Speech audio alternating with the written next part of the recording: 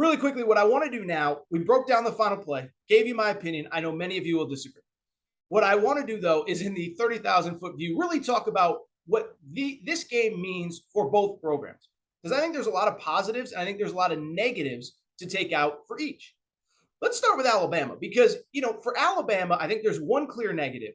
But because I'm a glasses half full guy, let's start with the positives. And the positive to me is I just want you to close your eyes for a second. I want you to think about what happens Saturday in Tuscaloosa, okay?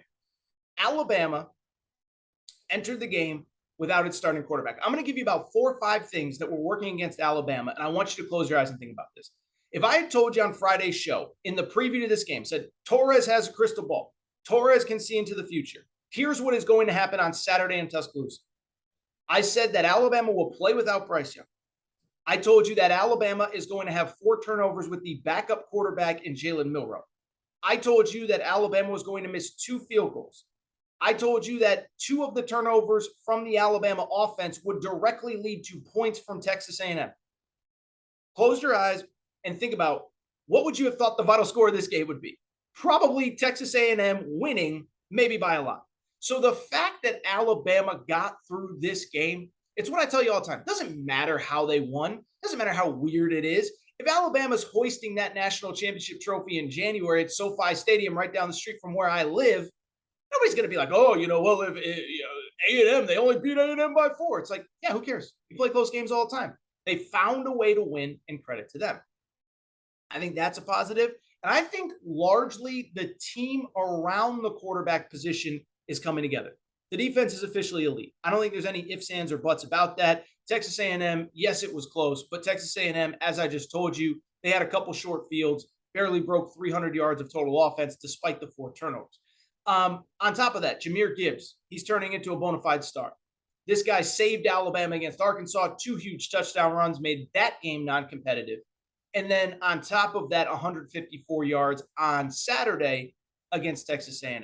I think the wide receiver group is coming together. And so I bring it all up to say, I actually feel pretty good about the team around the quarterback at Alabama. Now let's very briefly talk about the negative for Alabama.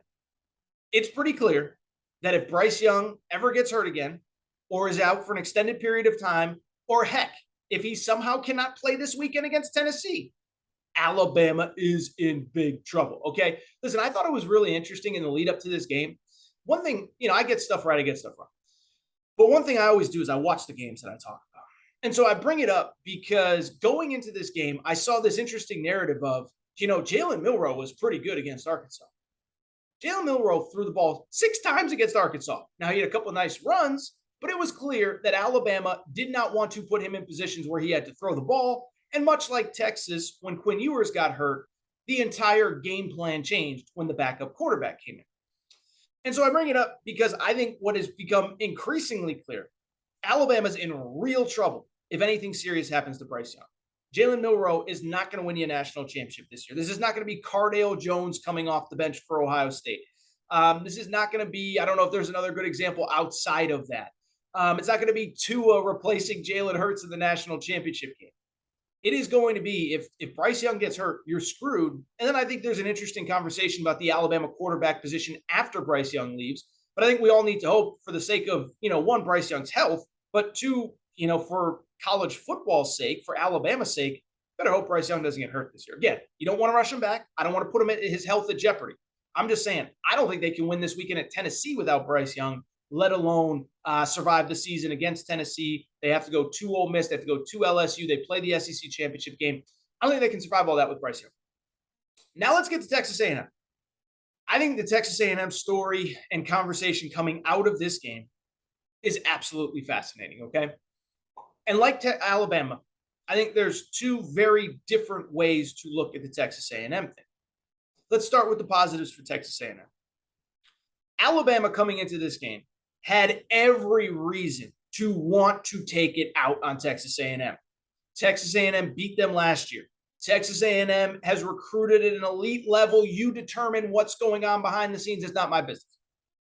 A&M has positioned itself as we think we're the next Bama. Now, Georgia's probably the next Bama, but Texas A&M thinks that they're knocking on that doorstep.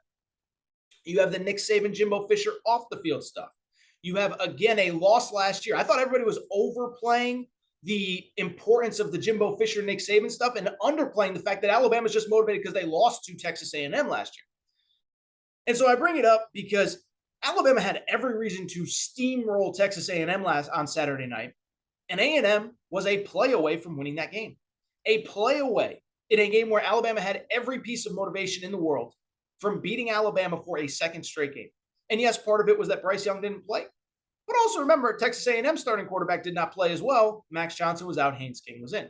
So you have that going for you. What I think you also have going for you, if you watch that game, and if you really follow recruiting, or if you just pulled up 24/7 Sports on Saturday, and you saw that recruiting class from last year, there were a ton of guys in that 2022 recruiting class, and I'll let you decide how you determine that all those guys got to Texas A&M. I'm staying out of it.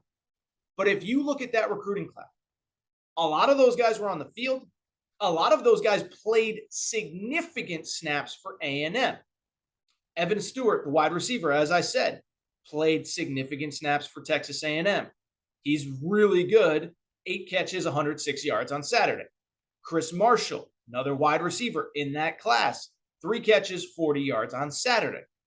You had along the offensive line a kid named Cam Dewberry, true freshman in that class. Along the defensive line, Walter Nolan, Shamar Stewart, Anthony Lucas, 3 5-stars, all from that class. Best cornerback in arguably for Texas A&M, Denver Harris, true freshman in that recruiting class. And so listen, all I'm saying is if you are trying to look for something glasses half full, not all of them, because no recruiting class is everybody going to hit. But a lot of those guys were on the field at Alabama on Saturday, and they held their own against juniors and seniors and fifth-year guys for Alabama. Now, that's not to say Alabama's freshmen aren't good. That's not what this is about.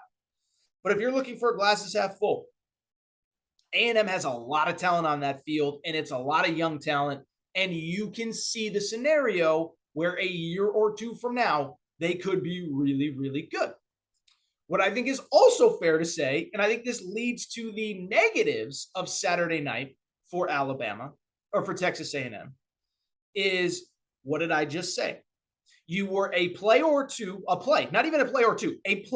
from beating Alabama, and it didn't happen, and that's okay, because Alabama's really good, but it also kind of makes Appalachian State much less excusable. Mississippi State getting destroyed by Mississippi State, I think it makes it less excusable as well. And so 2 things stand out from the A&M perspective. One, you have to stop starting the season slow. This happened last year. Remember, A&M was 3-2 coming into the Alabama game last year. They were 3-2 coming off of a loss to Mississippi State last year. At some point, what do we say? Jimbo Fisher, you're a $9 million coach. You can't have your team peaking in week 5. This is college football. This isn't the NFL. You don't get do-overs. You got to be ready to go week 1. And then 2, and I think this is important as well. I think this is very important. On top of that, you cannot play down to competition. I don't care who the quarterback is. I don't care who the back. You can't lose to App State. You just cannot lose to App State. And these are 2 things that have plagued Jimbo Fisher since he got to A&M. Slow starts of the season, playing down the competition. You got to figure it out. What I would finally say, and you guys and girls know, I do not like to go after young kids on this show. But I said it a minute ago. Haynes King is not an SEC quarterback. And this is where I think it gets very interesting for A&M this year. On the one hand, if you play like you did against Alabama, the whole season's still ahead of you in some ways. You're not going to make the playoff. You're not going to make the SEC championship game. I get it. But look at the schedule. Out of the bye, they play at South Carolina. Then they get Ole Miss at home. Then they get Florida at home. Then they go to Auburn. Then they get UMass and they get LSU. They get 1 ranked team left on the schedule. That's Ole Miss at home. South Carolina is not good, despite what they did to Kentucky without its starting quarterback, Will Levis. Florida, not very good right now. LSU, I think they're fine. I don't think they're great. Auburn probably will not have a coach by the time you guys and girls go before Texas A&M goes to Auburn later in the year. So the path to 9-3 is there, but I do think there's something else. You have to make the change at quarterback. Haynes King is not the guy. He's just not. And I don't claim to be X's and O's guy, but there were 3 or 4 things I saw outside of the final play. He can't play quarterback. He just can't, okay? You go back and it's funny, right? One of the touchdown drives, A&M's in the red zone, okay? And there was a play where he rolled to the right. And I don't mean to get super technical here, but I think it's important. This is a guy that supposedly has 4.3 speed, the second fastest guy on the team behind Devin A-Chain. He had a wide open running lane and he forced it into triple coverage. The next play had another wide open running lane, passed it across field over a defender, maybe should have been intercepted. It ends up going for a touchdown.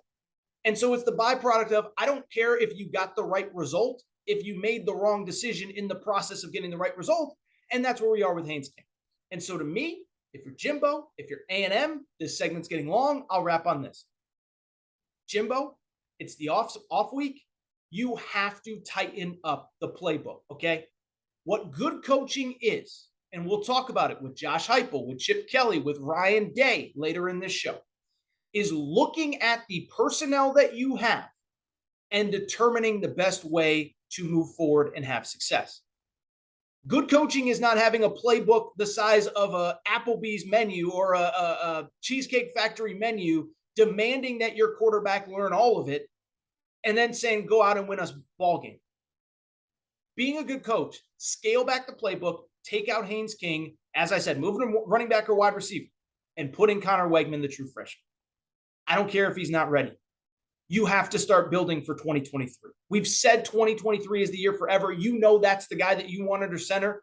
Get him reps now. And by the way, if he's not good, there's this thing called the transfer portal. You'll find somebody else. But that's what you have to do, and that's what the frustrating thing I think is for A&M fans right now. You can see the future. It's right there. You're on the precipice. You're good on the D-line. You're good at corner. You're good at wide receiver. You got to figure out quarterback. Haynes King ain't it.